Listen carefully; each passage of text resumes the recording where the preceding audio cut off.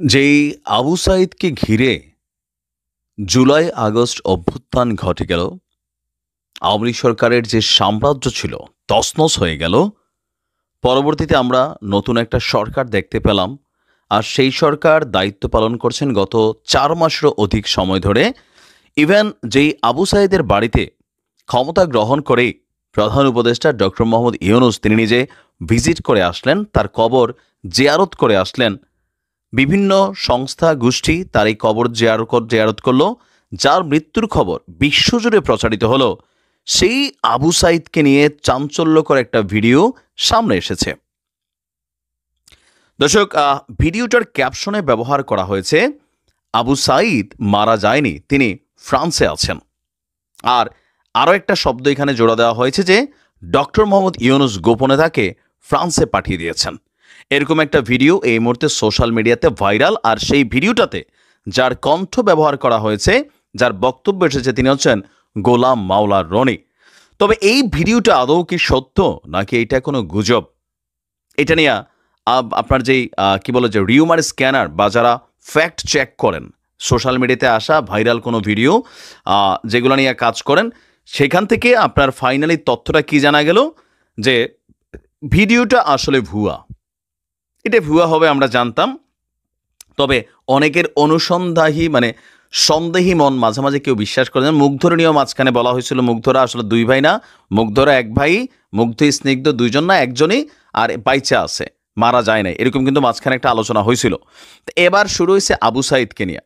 Video sharing platform টিকটকে আপনার গোলাম মাওলা রনির একটা ভিডিও দেখা গেছে। সেখানে দেখানো হয়েছে গোলাম মাওলা রনি বলছেন আবু সাঈদ মারা যায়নি, ফ্রান্সে আছে, ডক্টর ইউনূস তাকে ফ্রান্সে পাঠিয়ে দিয়েছে। তবে বাংলাদেশের তথ্য যাচাইকারী প্রতিষ্ঠান ফ্যাক্ট চেক রিউমার স্ক্যানার বলছে এই ভিডিওটি সত্য নয়, এডিটেড।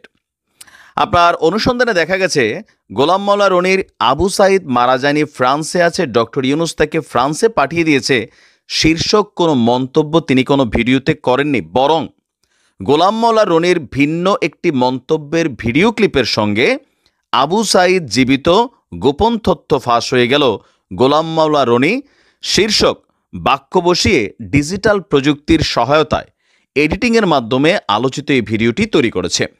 ভিডিওটির ব্যাকগ্রাউন্ডে রনির অস্পষ্ট এবং খণ্ডিত কণ্ঠস্বর ব্যবহার করা হয়েছে। ভিডিওতে দাবিটির পক্ষে কোনো সুনির্দিষ্ট প্রমাণ উপস্থাপন করা হয়নি।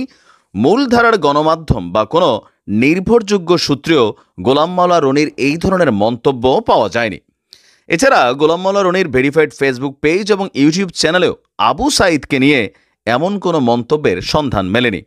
বরং গত 16 জুলাই ফেসবুক পেজে আবু সাঈদকে শহীদ হিসেবে উল্লেখ করে সারা বাংলাদেশ জানে। তবে এই কর্মকাণ্ডগুলো যারা করছেন বেশিরভাগ সময় কেউ কেউ বলছেন যে এটা আওয়ামী লীগের যুবলীগেরই কর্মকাণ্ড বা আওয়ামী লীগের যে অনলাইন যোদ্ধারা আছেন তাদের কর্মকাণ্ড। তবে এরকম কর্মকাণ্ড যদি আসলে আওয়ামী লীগের কোনো টিম করে থাকেন, এগুলাতে নিজেদের অবস্থানটা মানুষের কাছে আরও গুজব দল হিসেবেই কিন্তু অবতীর্ণ হয়। আবু সাঈদ মারা গেছে এটাতে কারোর কোনো সন্দেহ নাই, ঠিক আছে। তার কবর দেওয়া হয়েছে তার বাড়ির সামনে, বরঞ্চ এই মুহূর্তে তার বাবা অসুস্থ হইয়া সিএমএইচ হাসপাতালে ভর্তি আছে। আমরা ওনার জন্য দোয়া করি, আল্লাহ যেন তাকে সুস্থ করেন। তো আমি বারবার বলি মিডিয়াতে যে আমরাও যে ভিডিও করি অনেক সময় কাটপিস করে টিকটকে ছেড়ে দেওয়া হয়।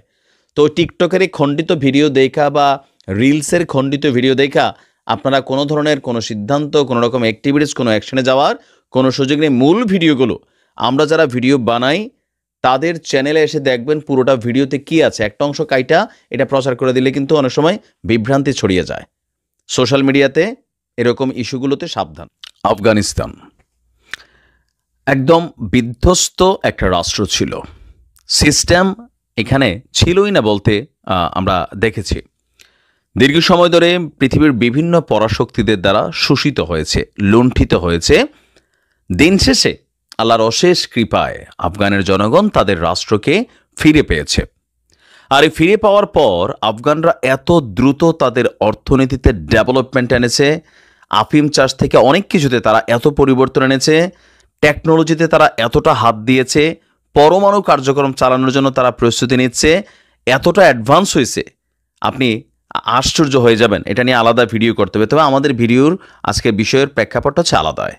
এই যে আজকে আফগানের যে নতুন যাত্রা, সেই যাত্রাতে কিন্তু মার্কিনেরও আফগানের দিকে ঝুঁকছে, ভারতও আছে, পরাশক্তিরা আছে, রাশিয়া তো আফগানের সাথে বন্ধুত্ব আছে। এর মাঝখানে সর্বশেষ সৌদি যুবরাজের একটা ভূমিকাকে আমরা প্রশংসা করতে চাই।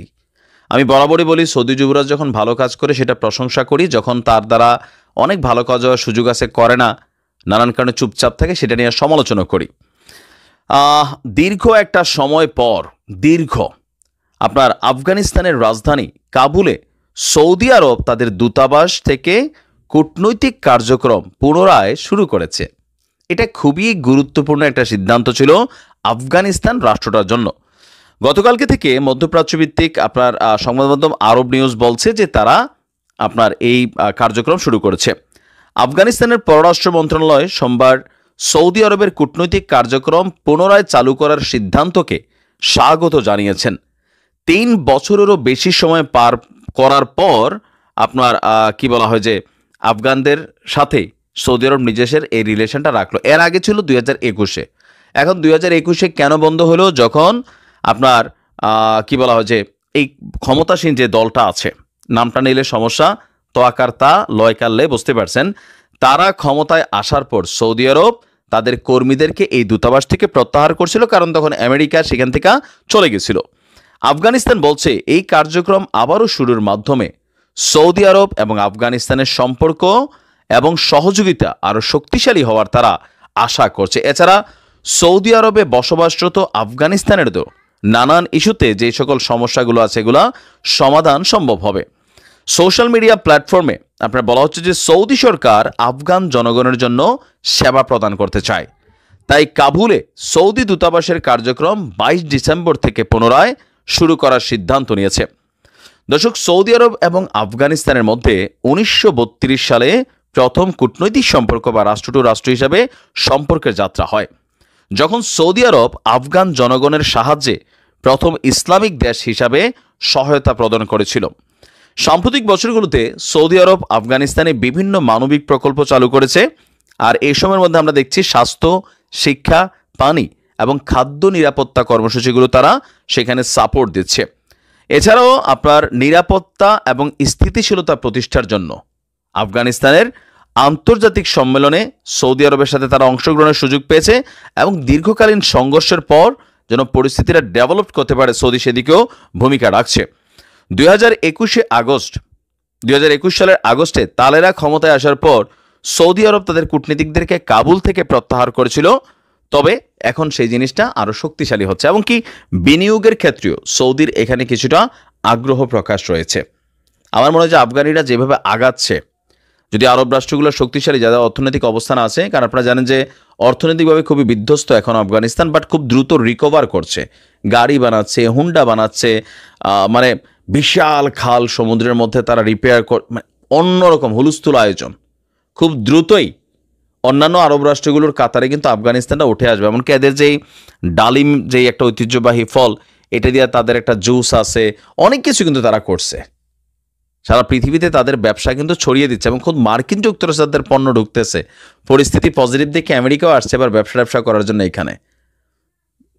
যাই হোক, ইনশাল্লাহ আফগানিস্তানের জন্য পজিটিভ বা শুভকামনা।